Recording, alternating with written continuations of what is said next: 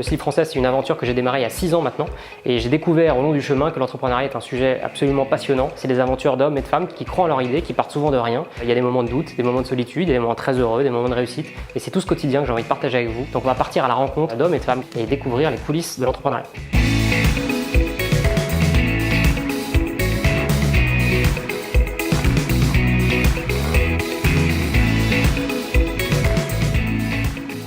Aujourd'hui, je pars à la rencontre de Sarah. Sarah, c'est la référence en France dans le monde de la barbe. Elle a monté la Barbière de Paris. Vous le savez, la barbe, ça revient à la mode, j'en suis un bon exemple. Et aujourd'hui, on part directement en opération moustache. C'est parti.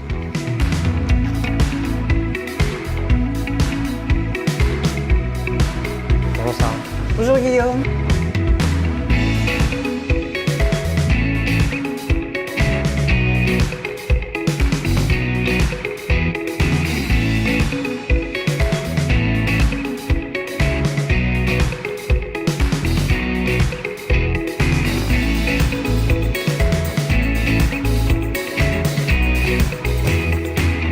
Sarah, merci beaucoup pour cette belle opération moustache.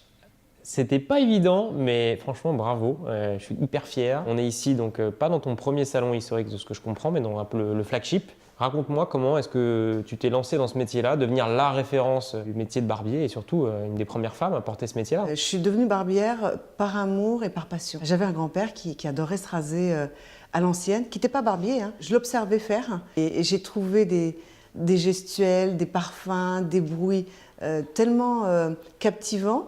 J'ai toujours dit depuis l'âge de 8-9 ans que je voulais devenir barbière. Donc voilà, je suis devenue adulte et je me suis donné en tout cas les moyens de le devenir. J'ai pris le temps d'apprendre ce métier, qui est un métier donc d'artisan et qui a toute sa beauté à partir du moment où on en prend soin et on le valorise.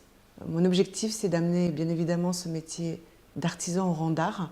C'est mon combat perpétuel. Tu démarres avec le premier salon rue Condorcet. Combien de temps tu es donc patronne de ton salon à ce moment-là? En fait, j'ai ouvert en janvier 2000, donc ça va faire bientôt 18 ans. Et à l'époque, il n'y avait pas le phénomène de barbe. Ouais, c'est ça, à l'époque. En tout cas, pas le phénomène de mode. D'accord. Parce que la barbe, il y en a toujours eu, hein. Des moustaches, il y en a toujours eu.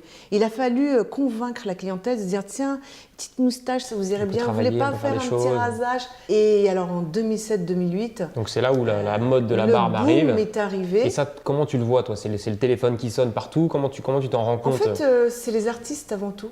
C'est George Clooney, Brad Pitt qui ont porté les premières barbes de 2-3 jours, le petit bouc, et puis la population, le grand public suit derrière les artistes. Ce qui était important pour nous à l'époque, c'est que nous, on était prêts. On a été formés en amont. Ça m'a donné un essor assez important parce que je me suis vue rue Condorcet dans 21 mètres carrés à travailler pratiquement à 9 barbiers. Ah oui, c'est... Où j'avais une queue dehors. Les uns sur les épaules des autres, presque. Exactement. Et puis je me suis dit, bon, on ne peut pas rester comme ça. Allez, partons à l'aventure, ouvrons-en un deuxième.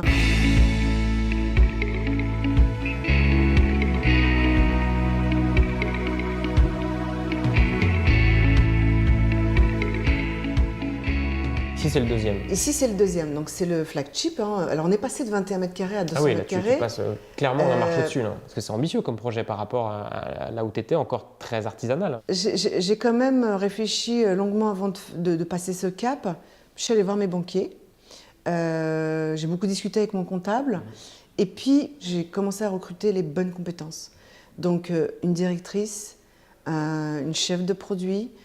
Aujourd'hui, on a quelqu'un qui s'occupe des réseaux sociaux. Je tiens à préciser aussi, j'ai eu un fort coup de main, c'est Réseau Entreprendre. J'ai été lauréate 2 fois, et ce qui m'a vraiment permis de rencontrer des chefs d'entreprise qui m'ont accompagnée, qui m'accompagnent toujours.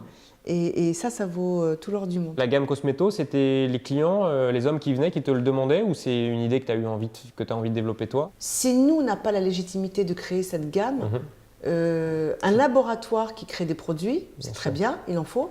Mais comme on est au cœur du métier et qu'on sait exactement ce que veut un client, mais surtout, on est en capacité de détecter sa problématique et son besoin. Et à partir de ça, on compose. Il suffit de se faire accompagner par un laboratoire, des des allers-retours. Et en plus, je crois que la marque est entièrement made in France, je crois, de Totalement. Cosmeto pour Homme. Donc ça, moi, ça me parle. Bravo. Totalement, C'est ouais, super. exactement. Et en parallèle, on a écrit 2 livres, dont un aux éditions Larousse, qui est un guide qui est destiné au grand public. Comme je le prône sans cesse, je fais un métier d'art. Et il me manquait ça.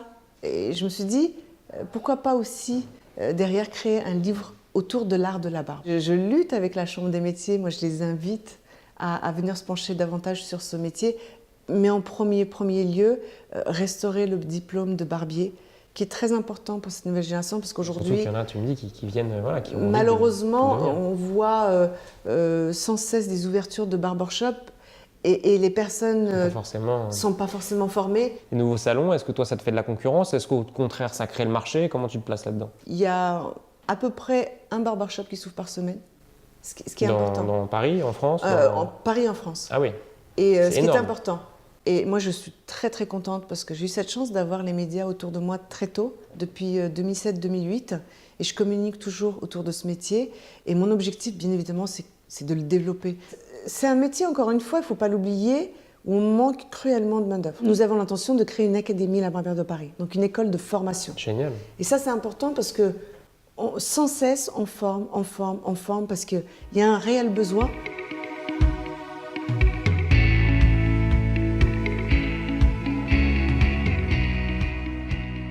Tu passes quand même 1 jour et demi encore par semaine au salon, à t'occuper de tes clients. Comment est-ce que tu gères ça? Ton côté artisan, ton côté chef d'entreprise? J'aime les deux, mais je ne te cache pas que je m'éclate plus sur mes clients parce que comme je suis toujours dans un process d'innovation, j'ai besoin de ça. Chef d'entreprise, bien sûr, c'est passionnant parce qu'on rencontre des gens, on évolue, on apprend beaucoup de choses. Si je devais choisir, oui, je m'éclate plus, on va dire, pas pour faire des prestations, parce que c'est fatigant. Hein. Enfin, moi, ça fait 25 ans que je fais ça. Je ne me verrai pas au fauteuil du lundi au samedi, c'est impossible. Mais juste pour cette partie création et puis cet échange humain que j'ai avec mes clients, c'est ce qui me nourrit aussi, c'est ce qui m'aide tous les jours à avancer. C'est quoi, toi, tes recettes pour trouver de l'inspiration, trouver de l'innovation? Ma passion m'aide beaucoup. Quand on aime ce qu'on fait, on ne compte pas. Donc je suis une grosse bosseuse, hein, et j'adore ce que je fais et je viens avec la banane au boulot. C'est essentiel, ça. C'est primordial. Après, rien n'est acquis dans la vie. Rien n'est acquis. Toujours se mettre en veille et puis avoir des projections très lointaines. Et ça, pour moi, c'est important. Donc toujours avoir des projets, aller au-delà et jamais se faire freiner par le passé. Opération moustache réussie 100%. J'ai passé un super moment, c'était hyper agréable. C'est dingue de voir un artisan qui est passionné, qui devient chef d'entreprise. J'espère que ça vous a inspiré comme moi et je vous dis à bientôt pour une prochaine opération commando. Celle-là était quand même pas mal. Salut!